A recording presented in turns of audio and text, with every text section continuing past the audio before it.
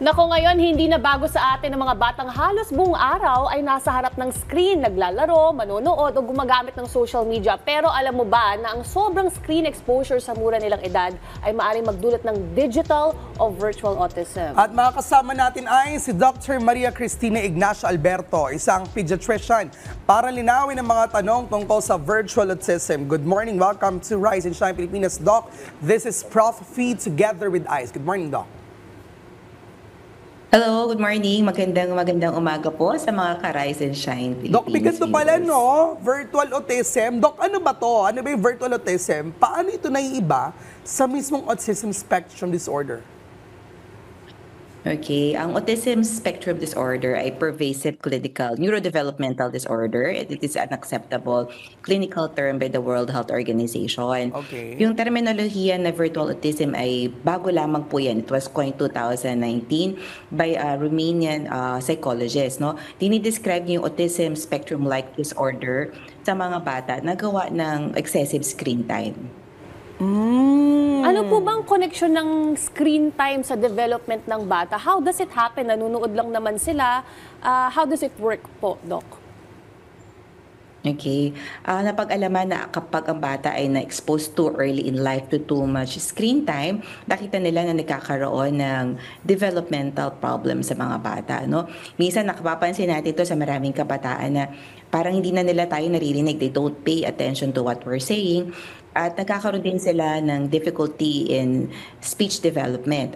At the same time, yung social interaction nila sa real world, medyo nababawasan na nagkakaroon ng mga problema o siliranin para sa mga magulang nila. Okay, Doc.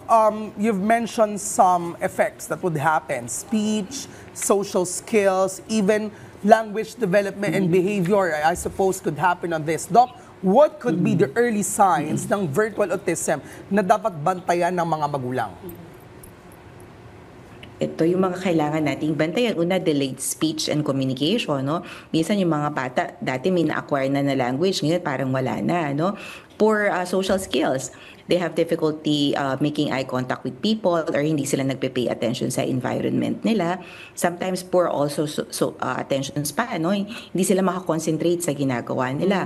Poor social interaction and building relationship with others kapag nasa environment, real world environment na maraming tao, ang tendency nila maging to isolate themselves, and at the same time may mga nagkakaroon din sila ng emotional at behavioral issues, no? Madaling mag-init ulo pag walang screen time, madaling magkaroon ng flight of thought or nawawala yung attention sa kanilang mga ginagawa sa tunay na mundo.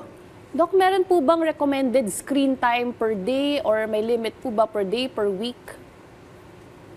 Okay. Based on the American Academy of Pediatrics, meron silang siniset na guidelines for screen time.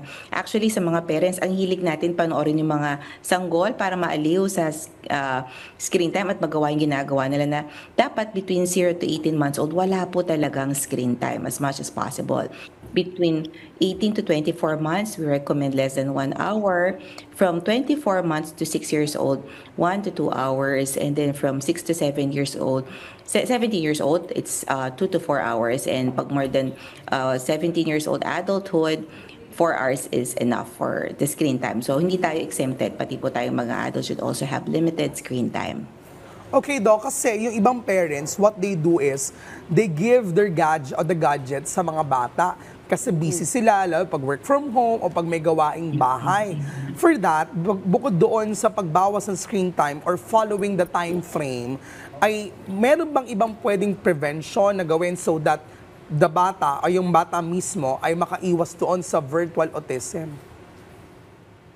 Okay, una, when we choose ano yung pinapanood nila sa social media or sa kanyang gadget, dapat yung appropriate sa age nila at makakatulong sa kanila to develop their skills, particularly sa language. No?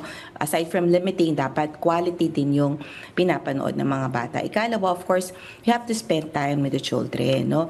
Kung halimbawa wala tayong oras sa sarili natin na gabayan sila, we can have their caregivers and other children play with the children. No? Hindi dapat iniiwan sila na walang interaction with the real people and real environment. Mahalaga ngayon kasi if I'm not mistaken, National Children's Month. mabigyan ng focus ang attention ng mga bata, not through gadgets, pero sa pagmamahal ng pamilya so that every environmental, behavioral factors could be affected at maganda ang paglaki ng bata. At keep them busy with other activities, di ba? Yes. Nung Ikaw, sa panahon mga anak natin, mo, kumusta? I give them crayons, pencil, paper. Yun, They become diba? creative that way. Nagugustuhan nila. Oo. Kasi pag inintroduce mo na itong mga entertainment on screen, Walang fast-paced tigil na yan. Fast-paced Okay. kaya talagang yung hyper-focus sila dun eh. So, pero if you Okay. introduce other activities, magiging, ito lang pala yung entertainment na pwedeng Ayun. gawin. So, it's a matter of, babantayin nyo yung activities nila. Maraming salamat po sa inyong oras at kaalaman, Dr. Maria Cristina Ignacio Alberto. Napakahalaga po yung mga paalala sa ating mga parents. No? Yes, very important. Thank you so much, Doc.